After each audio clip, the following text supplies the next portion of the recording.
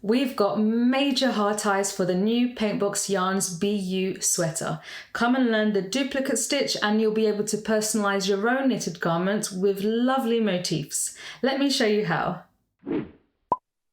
The duplicate stitch, also known as Swiss darning, is done on top of the stocking stitch. If we take a look at the BU sweater, the stitches you see in the white are the ones that have been duplicated on top of the pink stitches of the plain jumper underneath. So in other words, these hand stitches make a copy of the stitch below it. Sometimes this technique is used instead of intarsia, where you knit blocks of colour as you go along. This really helps to express yourself with colour and design, and you get a gorgeous finished project that is full of personality. I'll be showing you this fun and easy technique on this little square using Paintbox yarn Simply Chunky. I've knitted the square in bubblegum pink. Hyper pink is super trendy right now, and this shade is perfect for that. I'll demonstrate this little duplicate stitch heart with the white. Find the links for the sweater pattern and yarn in the description below, and let's get started. Usually when you're following a pattern for this technique, you'll see a grid like this. Each square on the grid represents one stitch in your design. So I've done a quick heart design on my grid here to demonstrate how you would follow it. We're going to work from bottom to top of the design, and I'm going to start with this stitch here at the very bottom, and we're going to be working up in rows. So I'm going to thread my yarn needle to begin with a long strand of the white.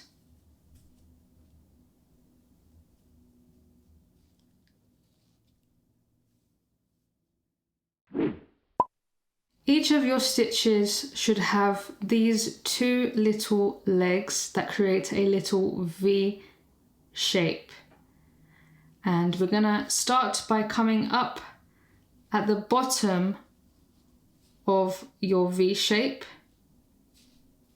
to start your very first duplicate stitch, and you're going to pull your yarn right up until you have a decent sized tail at the back of your work.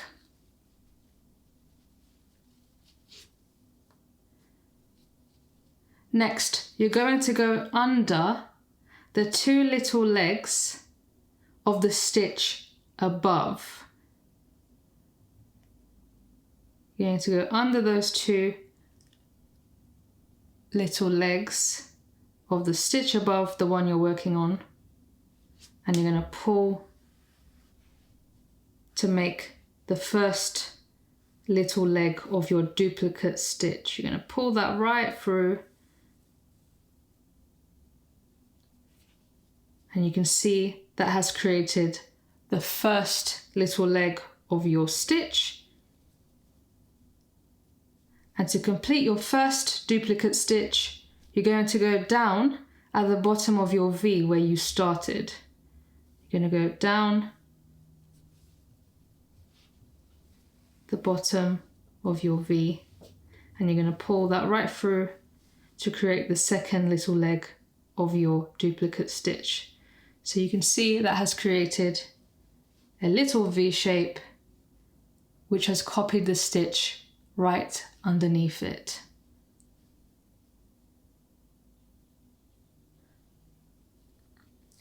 So you can see that this stitch here is this one here on the grid, and as you go along you can actually just cross out the stitches that you do so you don't get confused. So now we're going to work these three stitches above here. So what I'm going to do is I'm actually going to pick the one on the left side, on the far left. So that means it's going to be this stitch here. So again, we're going to come up at the bottom of that stitch. You're going to pull your yarn right through. And you don't want to pull too tightly here because then it will distort the little V that you just created. So just come up and don't pull too tight, And again, to complete your duplicate stitch, you're going to come under the 2 little legs of the stitch above. So go under those 2 little legs and pull to create the first little leg of your stitch. And there it is. And again, you're going to go down at the bottom of your stitch again to complete the second little leg of your stitch. And there's my second duplicate stitch done. So I've just done these 2 stitches. So I'm going to be working in rows. So I need to do these 2 here. So I'm going to continue, come up at the bottom of the next V, pull your yarn right up, and then to complete your duplicate stitch, go under the 2 little legs from the stitch above,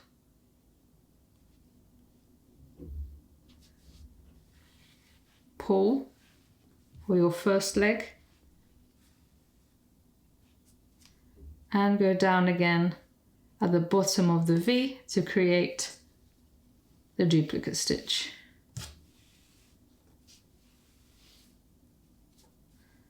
And I need to do 1 more stitch to finish this row. Gonna come up at the bottom of the V, under the 2 legs from the stitch above,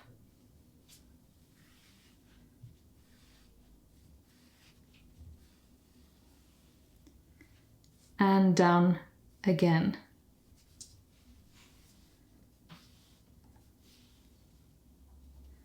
And there's row 2 done. So you can see that those 4 stitches represent these 4 stitches here. So now to work the 3rd row, we're going to work from right to left this time. So that's how you work your rows. You go from left to right, right to left, and so on until you reach the top. So I'm going to demonstrate that for you now.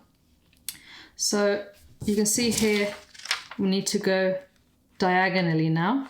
So again, you just find that stitch. So it will be this stitch here. So I come up below that stitch. Oh. And create my duplicate stitch as I would.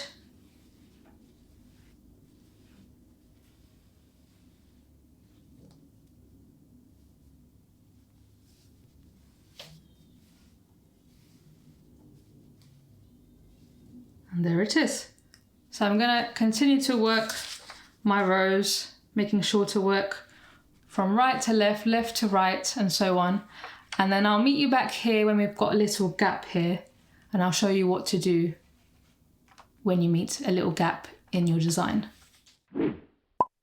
Before I get to the top, I actually wanted to show you a little shortcut when you've got the hang of this technique. So when you're about to go down at the bottom of your V to finish the last little leg of your duplicate stitch, you can actually go down at the bottom and then back up at the bottom of your next stitch. And this will just save you some time when you're doing your stitches. But you can do it the other way if you're more comfortable. This is just kind of a faster way when you've got the hang of the technique. And then you can just finish your stitches as usual. I'm going to finish this one and I'm going to go diagonally to the left this time. So I'm going to go down at the bottom and then up at the bottom at the same time of the next stitch that I'm working on.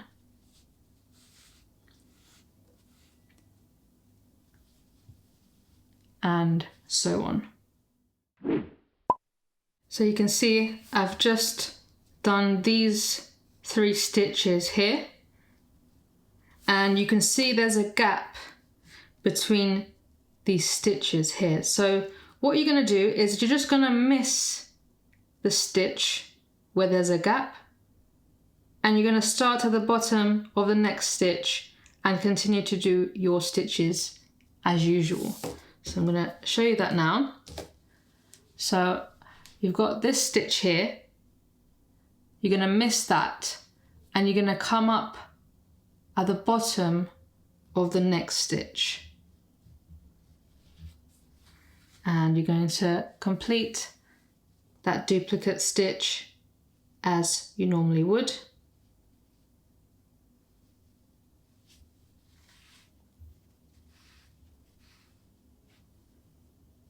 And the other 2 of the row. And there it is. So where designs have big gaps between stitches, you can actually stitch one side of your design and continue the rows up, cut your yarn, and then you can start again to finish the other side of your design.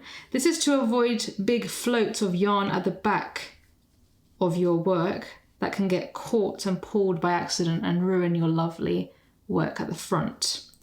So I'm just going to do my very last 2 stitches at the top. So I've just finished these, and I just need to complete these 2 at the very top. So again, I'm going to come up to make this stitch here, come up at the bottom of the stitch,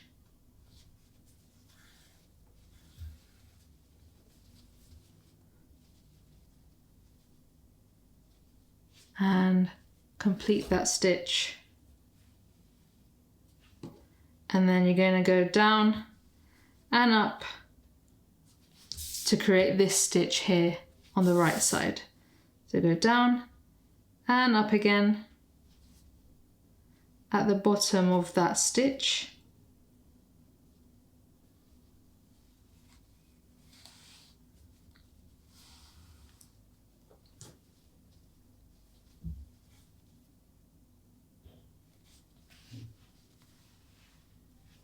And down to complete your very last duplicate stitch.